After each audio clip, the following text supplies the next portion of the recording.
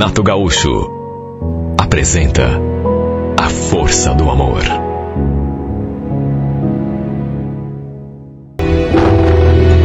Estávamos brigados, separados.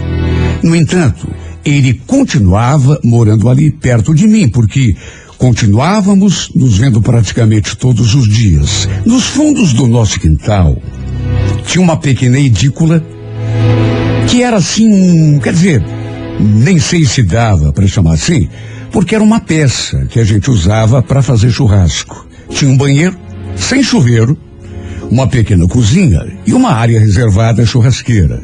E era bem ali que meu marido estava acomodado, dormindo num colchão de solteiro no chão da cozinha daquela espécie de edícula. Estávamos vivendo naquela situação desde que eu tinha descoberto que ele andava se metendo com outra mulher numa lanchonete que ele costumava frequentar.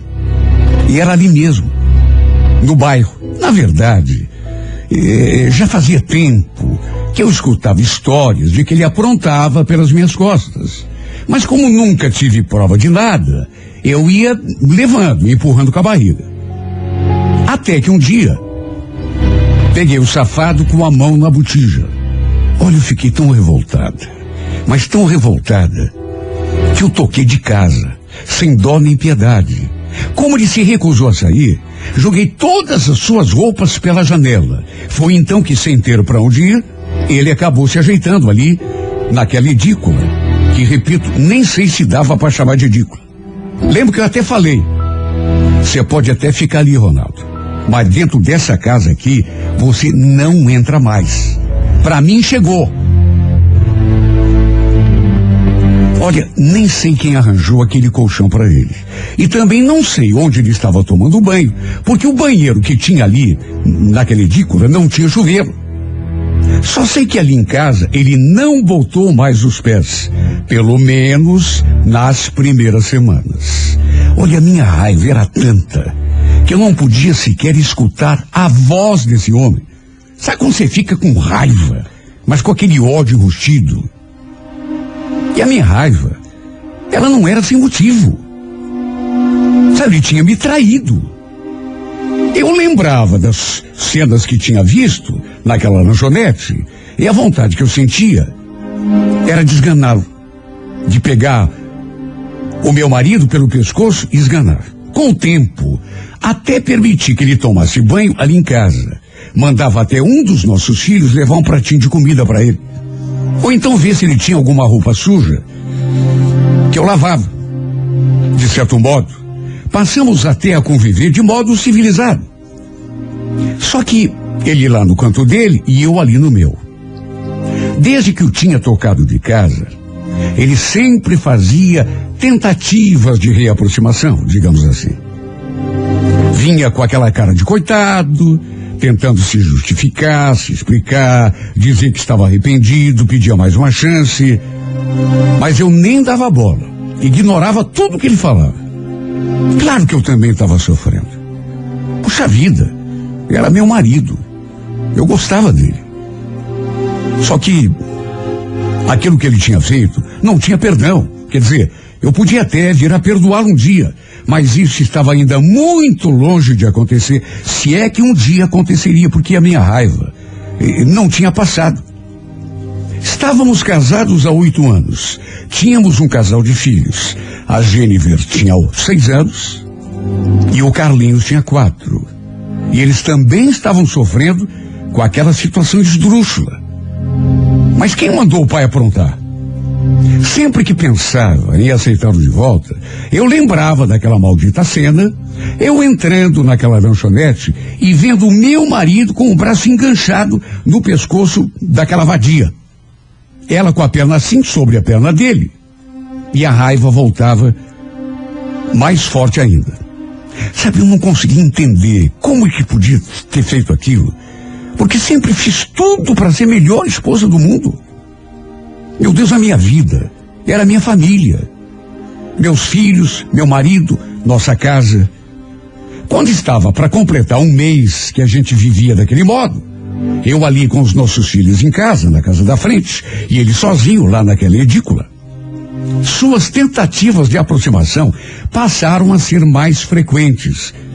Uma noite, por exemplo, levei um maior susto. Lembro que era tarde, eu já estava até dormindo, quando de repente despertei com ele me agarrando ali na cama, sabe, me beijando.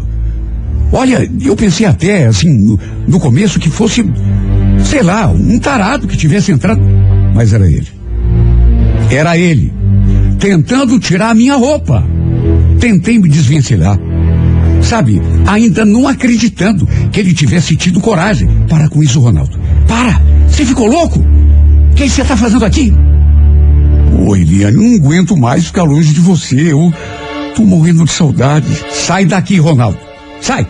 Volta lá pro teu canto. Olha, foi difícil fazê-lo sair dali do meu quarto. Para se ter uma ideia, ele estava completamente nu. Se deitou pelado ali na cama comigo e tentou tirar minha roupa, mesmo eu estando dormindo. Olha, só faltou ele implorar que eu o deixasse ficar ali. Queria fazer amor comigo. Até essa expressão que ele nunca tinha usado na vida, ele usou.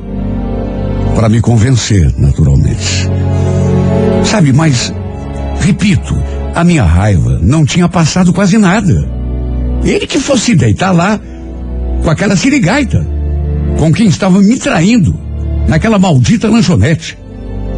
Foi exatamente isso o que eu falei para ele. Olha, para mim também não era fácil.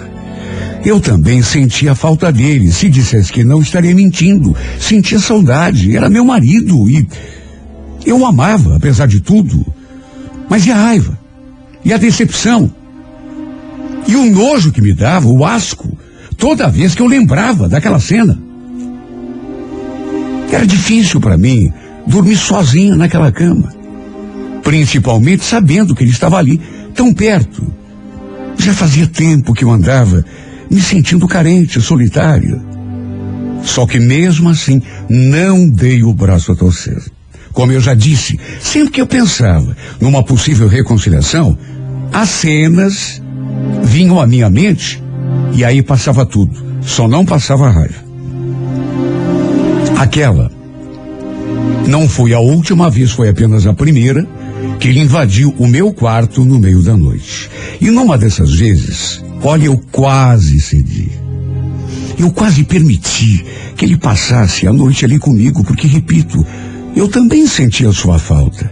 Só que para não fraquejar, para ele não fazer mais aquilo, não repetir aquela tentativa ridícula, eu chamava até o meu filho caçula para dormir ali no quarto comigo. Até que depois fui obrigado a trocar a fechadura das portas, porque ele continuava tendo a cópia da chave. Até isso eu fiz tudo para puni-lo, para castigá-lo. Eu queria que ele sentisse na pele que eu não estava de brincadeira e que aquilo que ele tinha feito não era brincadeira, não. Aquilo era muito sério. Tinha me magoado muito. Puxa vida, se eu cedesse, o que ele ia pensar? Sabe que podia fazer de novo. Nesse dia deu até um pé de guerra, porque ele não aceitou que eu tivesse trocado a fechadura. Segundo ele, também era dono daquela casa e eu não tinha o direito de tratá-lo como se ele fosse um bandido. E ainda acrescentou, sabe, ficou bravo. Olha, eu já estou cansado dessa história, viu, Eliane? Sabe, eu até entendo o teu lado, sei que eu errei, mas olha, já tô até aqui com essa tua atitude, viu? Qualquer dia eu chego envaretado em casa e bota essa porta abaixo. Está avisado.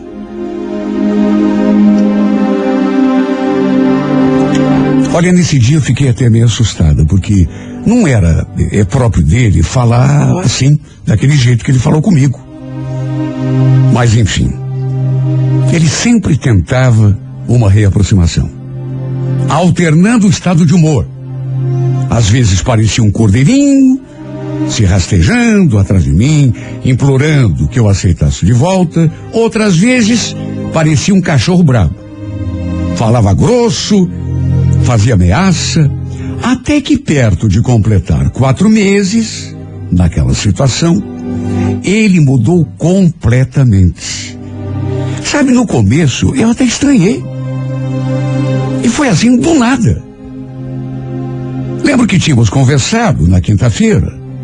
E foi assim uma conversa relativamente tranquila, civilizada. E acabei não o vendo mais naquele final de semana. Na sexta-feira, ele levantou e foi trabalhar, de manhã, como sempre fazia, e não voltou mais para a edícula. Passou o final de semana todo fora. Só na segunda noite que ele foi dar as caras. Eu só fui perceber porque da janela da cozinha vi as luzes lá na edícula. Fiquei sem entender nada porque daquele dia em diante, daquele final de semana, repito, ele mudou. Começou a me ignorar. Tanto que passava por mim e nem olhava na minha cara. E mesmo quando eu o cumprimentava, ele resmungava-se em qualquer coisa, mas e passava reto. Olha, esse homem mudou da água para o vinho. E foi a partir daí que eu também comecei a mudar. Comecei a amolecer. A abrir um pouco, pelo menos, a guarda. Sei lá, aquela frieza com que ele passou a me tratar, aquele distanciamento, me fez perceber que aquela história talvez já tivesse ido longe demais. Talvez fosse hora da gente sentar e conversar. Dar um basta naquela situação. Até porque, repito, eu continuava gostando do meu marido. E não era pouco. Sentia sua falta. Sabe, sei lá se foi aquela atitude dele que fez eu mudar ou... não sei. Comecei a sentir saudade do tempo em que a gente vivia em família. Por isso comecei a amolecer. Um dia, por exemplo, fui até a edícula conversar com ele. Só que ele já me recebeu daquele jeito esquisito. Eliane, agora não posso conversar não, viu? Eu vou precisar sair. Depois que eu voltar, a gente conversa. Acho que era mentira. Achei que era uma desculpa. Na verdade, ele nem ia sair coisa nenhuma. Até porque estava deitado ali no colchão, mexendo no celular, mas bastou eu aparecer e pedir para conversar, para ele já ter aquela reação. E o pior é que durante os dias que se seguiram, as semanas, nada mudou. Ele continuou me ignorando, me tratando com aquela frieza. Eu o convidava para almoçar em casa com a gente, e ele não ia. Dizia que não estava com fome. Sabe, eu fiz a minha parte. Baixei a guarda, tentei até uma reaproximação. Sempre que eu tentava conversar a sério com ele, ele falava a mesma coisa. Ou que não podia, ou que tinha uma coisa para fazer, que estava de saída, e essa nossa conversa sempre acaba ficando para depois. Foi então que chegou o nosso aniversário de casamento. Seria numa quinta-feira. Eu achei que não poderia haver melhor oportunidade para a gente se reaproximar, pelo menos sentar e conversar, do que aquela. Dar um jeito na nossa situação. Juro. A minha ideia era me acertar com ele. Fazer as pazes. Eu queria que a gente voltasse a ser aquela família de antes. Queria botar uma pedra em cima de tudo. Virar aquela página de vez. No fim do dia, deixei as crianças na casa da minha irmã, passei no mercado, comprei umas coisinhas, inclusive uma garrafa de vinho, porque a minha intenção era de preparar um jantar bem gostoso, sabe, para que pudéssemos conversar e selar a nossa paz de uma vez por todas. Como já referi, era o nosso aniversário de casamento. Preparei a comida que ele mais gostava. Deixei a garrafa de vinho no gelo e fui tomar o meu banho, me arrumar. Depois, fiquei ali na maior expectativa, só esperando pelo momento que ele chegasse. Só que os minutos foram passando e nada. Eu ia até a janela da cozinha, de minuto em minuto, para ver se tinha algum sinal dele, lá na edícula. E foi então que, perto das 9 horas da noite, finalmente eu escutei o barulho do carro dele lá fora. Meu coração disparou, porque tinha chegado o momento. Corri pro quarto, me coloquei diante do espelho para ver como estava, dei uma ajeitada no cabelo e fui até lá fora. Já devia ter dado tempo de ele ter chegado à edícula e a minha intenção era ir lá chamá-lo para jantar comigo. Só que nem bem me aproximei daquela bendita edícula, ouvi ruídos que me deixaram apreensivo. Para começar, escutei aquelas vozes, e uma das vozes era de mulher. Olha, eu levei um susto tão grande, porque aquilo nunca tinha acontecido. Nós já estávamos separados, ele morando ali naquela edícula há bastante tempo, mas nunca tinha acontecido de... Cheguei a tempo de escutar o Ronaldo falando aquilo.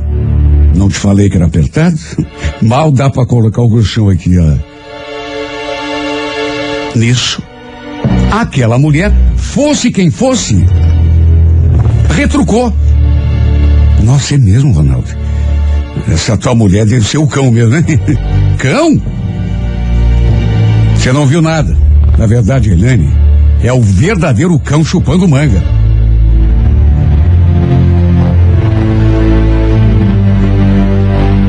Ele falou aquela expressão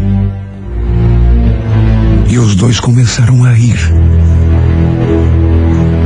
Quanto a mim, acho que não preciso nem dizer que senti até um gelo na espinha ao ouvi-lo se referindo a mim daquele modo.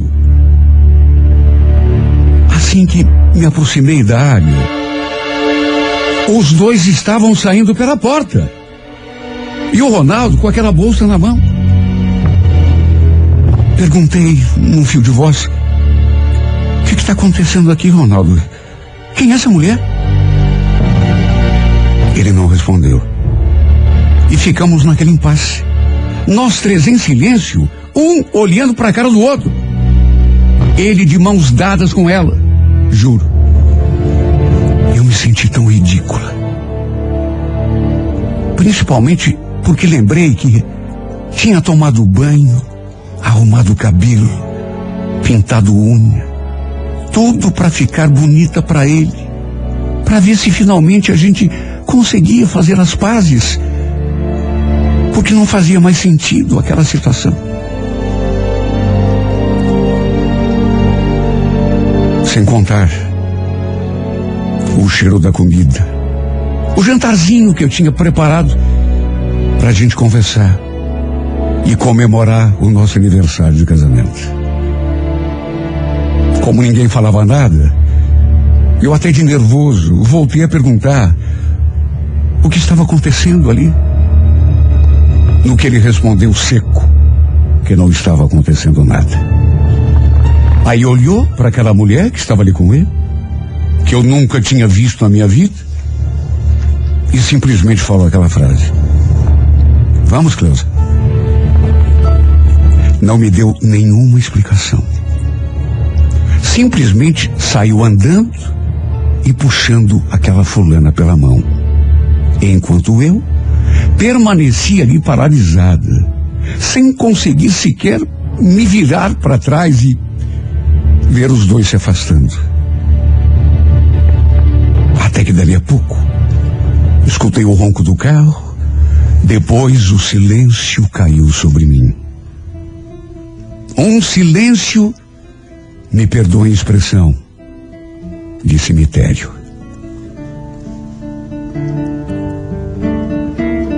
Não suportei mais do que alguns segundos. Não consegui ficar naquela posição mais do que alguns segundos, porque, sentindo aquela fraqueza toda no corpo, desabei de joelhos na grama, onde comecei a chorar até secarem todas as minhas lágrimas. Então era por isso que ele tinha mudado tanto. Era por isso. Era por isso que ele andava dormindo fora, final de semana.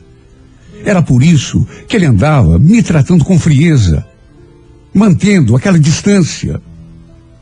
Tinha até parado de insistir em voltar para casa. Claro, né?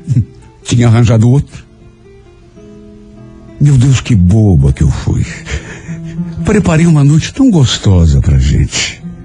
Eu tinha tanta certeza de que íamos nos acertar.